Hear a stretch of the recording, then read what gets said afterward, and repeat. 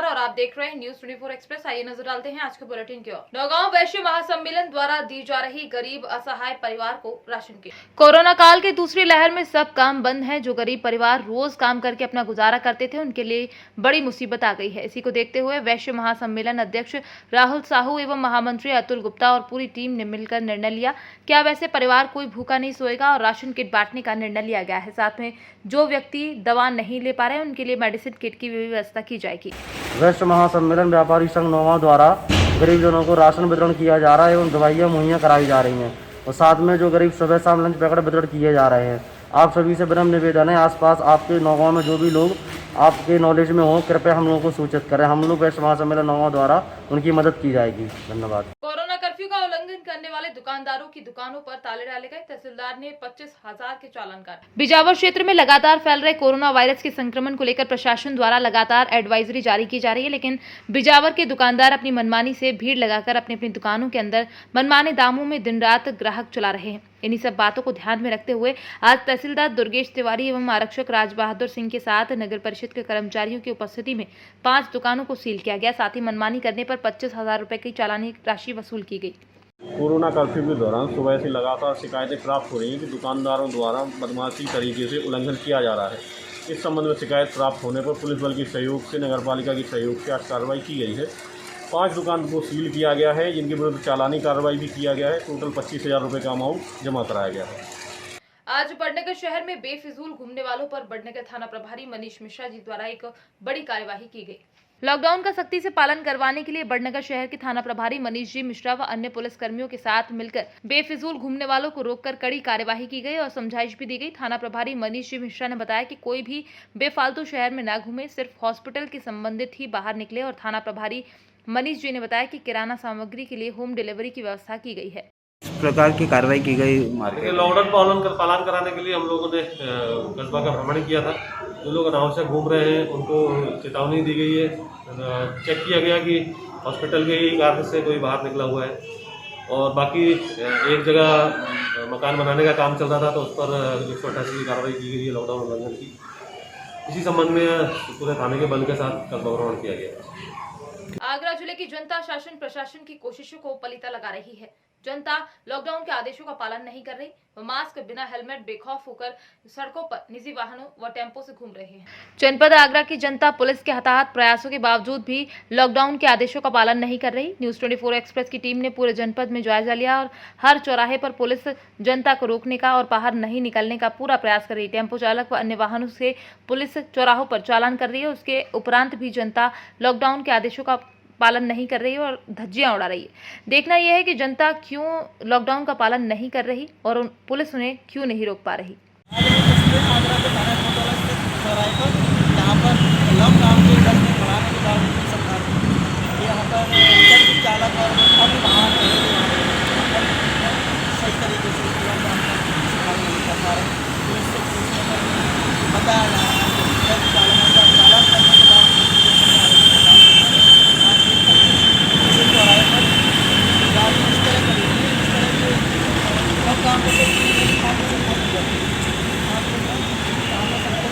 आज सेवा का दूसरा दिन था और लोगों तक खाने के पैकेट पहुंचाने के लिए आप सभी के कॉल और बहुत सारे सुझाव हमें आए। इसके लिए हम आप सभी का धन्यवाद दें। आपको बताए अनुसार आज हमने हॉस्पिटल के अलावा हमारे नगर के 12 पत्थर स्थित अकबर वार्ड पहुंचकर भोजन के पैकेट का वितरण किया, लेकिन आज के दिन हम लगभग 245 लोगों तक ही पहुंच पाए, जिसे हम और बढ़ाने का प्रयास करेंगे। आज पैकेट के वितरण में मेरे साथ भाई आनंद पंजवानी, भाई अंकित मिश्रा, रूपेश मिश्रा, अर्जुन तिवारी, अभिनव अग्रवाल उपस्थित रहे। आप सभी से हमारा निवेदन है कि आप कहीं भी किसी के लिए भी खाने की व्यवस्था चाहते हैं तो हमें सूचना दें, हम उन सभी तक खाना पहुँचाने का प्रयास करेंगे। छात्र जीवन से ही ये जागरूक सकारात्मक सोच के युवाओं द्वारा जो प्रतिज्ञा के बैनर तले जो छात्र जीवन सेवा किया था और आज वही अवसर कोरोना संकट काल को देखते हुए उन्होंने माधव सेवा को समर्पित रूप में जो कोरोना संकट से ग्रसित परिजन जो अपने इलाज के लिए आए हुए हैं उनको भोजन के रूप में हमारे बीच में भाई अंकित मालू, रूपेश मिश्रा, आनंद पंजवानी जी, अंकित मिश्रा, इन लोगों ने गैर राजनीतिक रूप में अपितु माधव सेवा के रूप में चटर हॉस्पिटल एवं विभिन्न ऐसे स्थान जिला हॉस्पिटल जहां पर दूर अंचल के लोग आए हुए हैं, उनको भोजन की व्यवस्था करा रहे हैं। आज से ये मुहिम प्रारंभ हुई है। ये तकरीबन 1 महीने तक ये मुहिम चलेगी। अंकित भाई, ये विचार आपके मन में कैसे आया? सबसे बड़ी चीज़ मानव सेवा ही मानव सेवा है। हम लोगों की, हम सब फ्रेंड लोग स्कूल बचपन से साथ पढ़े हैं, तो हमारे स्कूल टीम में हमने एक संस्था बनाए थे प्रतिज्ञा। तो हम लोग फिर से मिलके हम लोगों ने जितनी भी मतलब एक प्रतिज्ञा की है कि सिवनी में कोई भूखा ना रहे, और खासकर जो हॉस्पिटलों में आए हैं, गाँव से आए, अलग अलग जगह से आए, तो वो लोग भूखे रहते हैं। और इस समय लॉकडाउन में सब कुछ बंद है, तो हम लोगों की स्कूल हम लोगों ने एक दूसरे से मिले और हम लोगों ने सोचा क्यों ना हम लोग इस तरीके से करें, मिलकर अपनी टीम प्रतिज्ञा को फिर से जिंदा करें और सिवनी में कोई भी ग्रामीण वासी भूखा ना सो। और हम लोगों ने मिलकर पूरे प्रयास से, रुपेश भाई, आनंद भाई, मैं, हमारी काका और पूरी हमारी टीम जितनी भी है, सब लोगों ने मिलकर कोशिश चालू की है कि हम महीने भर तक कम से कम कोशिश करेंगे कि जब तक ये काल है हम लोग सब लोग मिलकर आगे आएँ और लोगों को भूखा सोने ना दें। धन्यवाद। सुबह जबलपुर जिला एसपी सिद्धार्थ बहुगुणा शहर भ्रमण पर निकले, जिसने बेवजह शहर में घूम रहे लोगों को समझाइश देकर एवं चालानी कार्यवाही का हिदायत। इस महामारी में हमारा सहयोग करें और कोरोना गाइडलाइन का पालन निरंतर करें, जिससे कि आप भी सुरक्षित रहें और समाज को भी सुरक्षित रखें। जबलपुर एसपी द्वारा पूरे जौनपुर क्षेत्र के तमाम चौक चौराहों पर भारी पुलिस लगाकर लोगों की चेकिंग की जा रही है और बिना मास्क लगाए लोगों पर चालानी कार्यवाही की जा रही है एवं जो लोग गली मोहल्लों में दुकान लगाकर व्यापार कर रहे हैं, उनकी दुकानों पर भी कार्यवाही की जा रही है एवं कालाबाजारी करने वालों पर भी कड़ी निगरानी रखी जा रही है। कोविड-19 हॉस्पिटल में गंभीर अवस्था में भर्ती मरीज के ऑक्सीजन निकलने का प्रयास किया गया, युवक की मौत हो गई। कैमरे के सामने बयान देने वाले व्यक्ति को भी नहीं पता था कि वो चंद मिनटों का मेहमान है। दरअसल मामला यूं है कि तराना के दिन कॉन्वेंट विद्यालय को कोविड सेंटर बनाया गया है। मरने से पहले एक वीडियो बनाया गया जिसमें साकरी निवासी बने सिंह चौकीदार को सांस में तकलीफ के चलते तराना सिविल अस्पताल में प्राथमिक उपचार के बाद कोविड केयर सेंटर में भर्ती किया गया था। बुधवार रात्रि 12:30 बजे 2 बदमाश ऑक्सीजन की मशीन चुराने के लिए वार्ड में घुसने के बाद बने सिंह के पास जो मशीन लगी थी उसको निकालने की कोशिश की गई। जब बने सिंह ने उनको देखा तो पकड़ने की कोशिश की। बने सिंह ने मरने से पहले जो वीडियो बनाया उसमें 2 बदमाश आनंद खेड़ी निवासी हेमंत पिता राजाराम जाति तेली निवासी आनंद खेड़ी, केसर सिंह निवासी आनंद खेड़ी के थे। जिस बदमाश ने मशीन निकाली थी उसका नाम हेमंत पिता राजाराम था। मैं बने सिंह पिता केसर सिंह, गांव साकरी, तहसील तराना, जिला उज्जैन, मध्य प्रदेश का निवासी हूं। मेरी करीब 3-4 रोज से तबीयत खराब थी, तो मैं श्रीमान अनुविभाग अधिकारी एसडीएम साहब के मार्गदर्शन से तराना हॉस्पिटल में एडमिट हुआ था।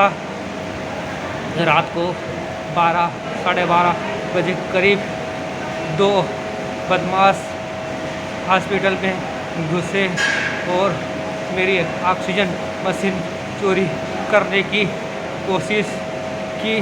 उन्होंने और मशीन बंद करके निकाल ली थी।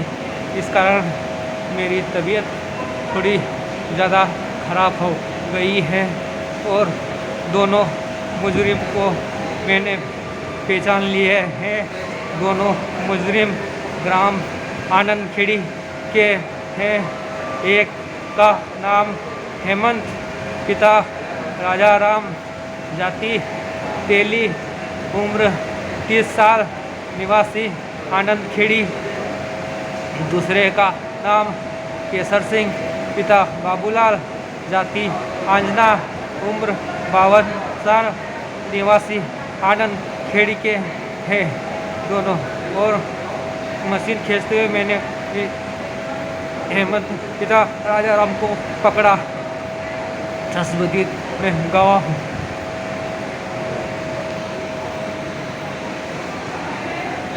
ठीक।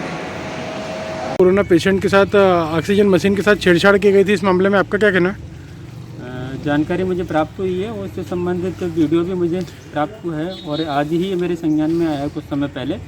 तो इस विषय को लेकर मेरे द्वारा लिखित में जो वरिष्ठ अधिकारी हैं एवं संबंधित थाने को भी पत्राचार किया जाएगा, जिससे आगे की जांच और कार्रवाई की जा सके। सर, जिस व्यक्ति के साथ ये छेड़छाड़ की गई थी मशीन के साथ, क्या वो व्यक्ति जिंदा है, मर चुका है?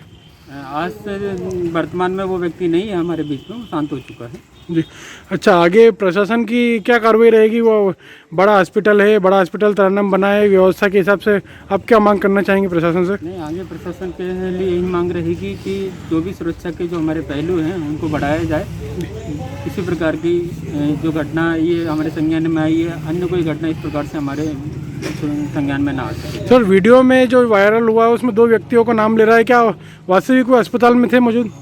नहीं, ये हम अभी नहीं बता सकते क्योंकि हमारी जानकारी में नहीं है। ये जांच का विषय है, चूँकि संबंधित थाने द्वारा जांच में लिया जाएगा, उसके बाद जानकारी में आ जाएगा।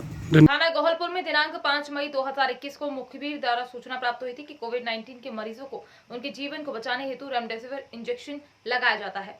2 व्यक्ति सीडी डिलक्स मोटरसाइकिल में बेचने हेतु न्यू लाइफ ट्रामा हॉस्पिटल के सामने चंडाल भाटा शराब दुकान के पास खड़े। इस सूचना पर क्राइम ब्रांच की टीम और थाना गोहलपुर टीआई आर.के. गौतम एवं उनकी टीम के उप निरीक्षक पी.एस. ध्रुवे तथा अन्य स्टाफ के द्वारा मोटरसाइकिल चालक शाहनवाज पिता हैदर खान उम्र 30 साल निवासी मौलाना वार्ड छोटी मस्जिद के पास पनागर एवं उसका सहयोगी विवेक पिता राजेश चौधरी उम्र 27 साल निवासी सीएमएस कंपाउंड थाना घमापुर क्षेत्र को मिला, जिनकी तलाशी ली गई तो उनके पास से एक रेमडेसिविर इंजेक्शन और मोबाइल फोन बरामद किए गए हैं। हमारे एसपी सर के स्ट्रिक्ट निर्देशन मिले हैं कि जो चीज़ें जैसे अभी कमी में चल रही है उनकी कालाबाजारी को रोका जाए। इसी को ध्यान में रखते हुए कल चंडाल भाटा इलाके में क्राइम की और थाना गोहलपुर की टीम ने 2 व्यक्ति पकड़े जो कि 2 रेमडेसिविर इंजेक्शन बेच रहे थे और कालाबाजारी कर रहे थे। लगभग वो 25-25 हज़ार में बेच रहे थे। उनका नाम है, एक का शाहनवाज, दूसरा विवेक चौधरी। तो इन लोगों को अरेस्ट किया, तत्काल इन पर कार्रवाई की गई। धारा 188 के तहत आवश्यक वस्तु अधिनियम में तथा Madhya Pradesh drug control act में और डिजास्टर मैनेजमेंट अधिनियम में सब में कार्रवाई की गई है और इनको हमने जेल भी भेजा है और आगे से ये कार्रवाई निरंतर जारी रहेगी।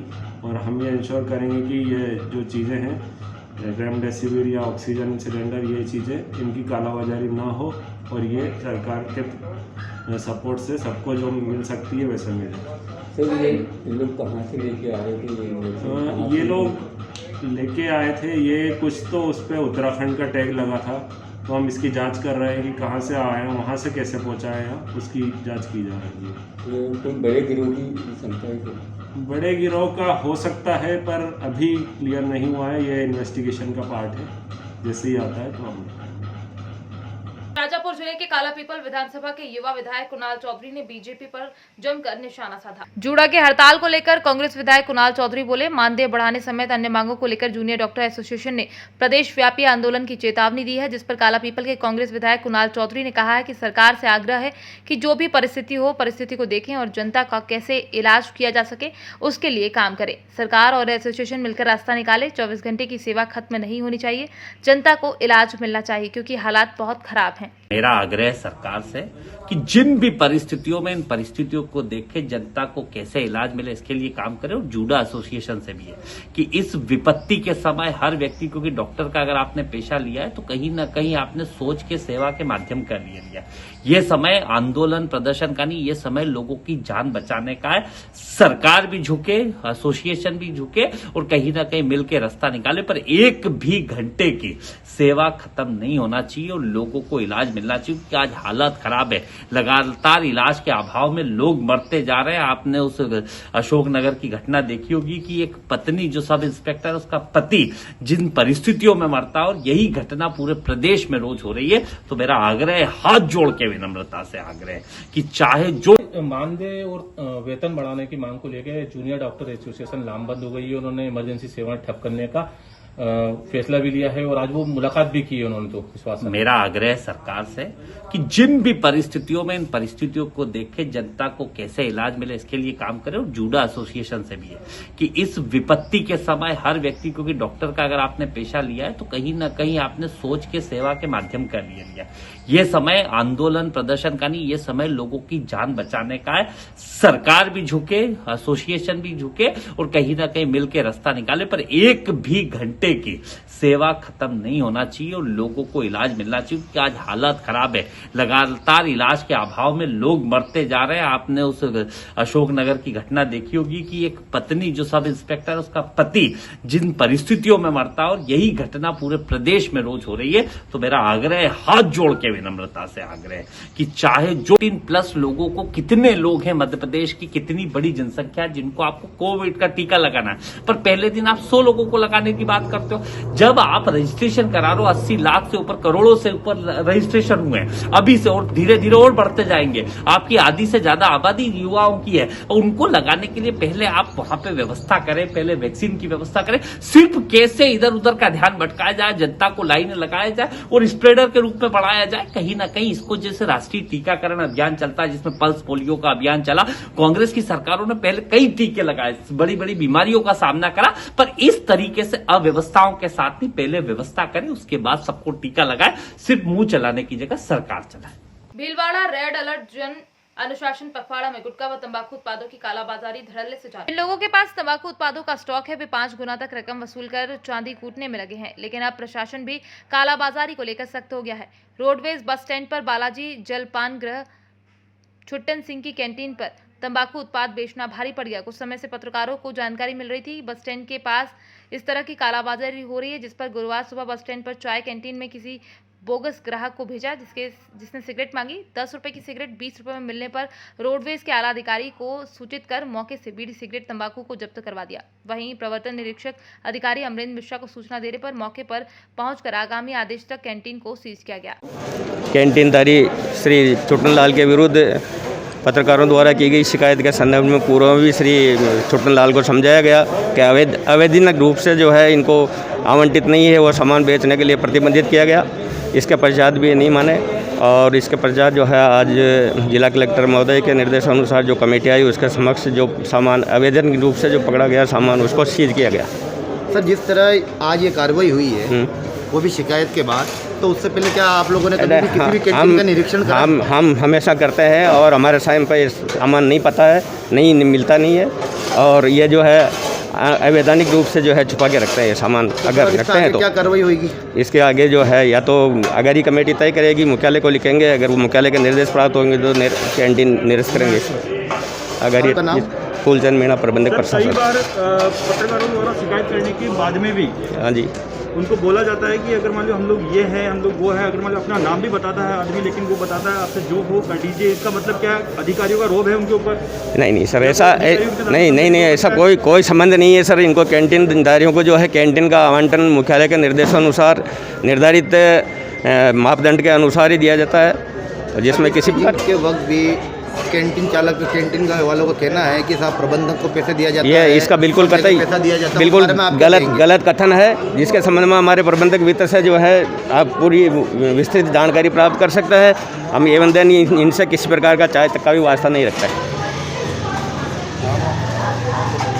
यमुना किनारा शमशान घाट की सामग्री व लकड़ी ठेकेदार ने आगरा की जानी मानी पंजीकृत बजाज कमेटी पर घटिया सामग्री बेचने का आरोप लगाया। मामला थाना एतमादुल्ला क्षेत्र के अंतर्गत फाउंड्री नगर यमुना किनारा स्थित स्वर्ग आश्रम शमशान घाट का है। शमशान घाट समिति के लकड़ी व सामग्री विक्रेता महामारी के समय में शवों को परिजनों से रेट से अतिरिक्त पैसा लेकर पैसे ऐंठने का खेल रहे हैं। लकड़ी ठेकेदार का कहना है कि 750 रुपये क्विंटल से 900 रुपये क्विंटल लकड़ी देते हैं। हमारी लकड़ी सब घाटों से अच्छी है, लकड़ी सामग्री भी अच्छी है। समिति के महासचिव से फोन पर बात की तो उनका कहना है कि आगरा नगर आयुक्त के आदेशों से रेट लिस्ट बनाकर बेची जा रही है। लकड़ी का रेट चल रही है, लकड़ी मतलब खरीदनी है, क्या चक्कर है? नहीं, उनके लिए चाहिए, मुर्दे के लिए। मुर्दे के लिए चाहिए, ले जानी है, कहूँ ले जानी है? नहीं, यहीं के लिए चाहिए। यहीं चाहिए तो जहाँ तो 750 रुपये रेट है, बाहर ले जाओगे तो 850 से 900 रुपये रेट है। अच्छा, हाँ, और यहाँ लगाओगे तो यहाँ कमेटी के रेट आते हैं, बाहर ले जाओगे तो हमारी रेट आते हैं। कौन सी कमेटी से? अरे काऊ कमेटी से सही, मतलब और कंडा सब चीज़ है हमारे यहाँ। नहीं, रेट का है लॉज कंडा सब एक रेट है, मतलब कंडा और लॉज, वो कंडा और लकड़ी एक रेट है, लॉज का अलग है सारे। अच्छा, लॉज का क्या? सब के लिए, सो आपके लिए कहाँ से ला रहे हो? बता तो दो। कैसे बताओ? टांजमना कॉलोनी से। टांजमना कॉलोनी 1 से 25 रुपये 5 किलो लॉज। अच्छा, हाँ। कंडे और लकड़ी 750 रुपये कुंटल। अच्छा, हाँ, 300 रुपये मन। ठीक है बेटा, हाँ ऐसे है। और यहाँ हैं? यहाँ पर मुर्दा सेट वगैरह सेट करने के लिए क्या है? मुर्दा सेट करवाना है, लकड़ी फकड़ी सेट करवाना है। तो उसका चार्ज अलग लगेगा? जो काम में पैसा ना लेंगे, कितने रुपए हैं? वही नॉर्मल लेना है। क्या कोरोना की है क्या? हाँ कोरोना की बॉडी है तो कोरोना बॉडी है तो तुम बेसका पे आप लगा लो। हाँ यहाँ वाल्मीकि बुलाने पड़ता है, हमें पल्ली पालते। अच्छा। हमारे यहाँ कोई आदमी नहीं, हमारे यहाँ तो जिस काम बारे वैसे जो लकड़ी फकड़ी लगा देता है वो है, वो लेना कम से कम 2,500-3 हज़ार रुपये। अच्छा 3.5 ले ले, 4 ले ले। सोचे हमारे यहाँ की वजह से ताजे करने पर तो 5-5, 6-6 हज़ार, 10-10 हज़ार चल रहे वहाँ तो। अच्छा। हाँ कोरोना की बॉडी। और वैसी बॉडी के लिए? वैसी नॉर्मल बॉडी 500 रुपये। नॉर्मल 500 रुपये।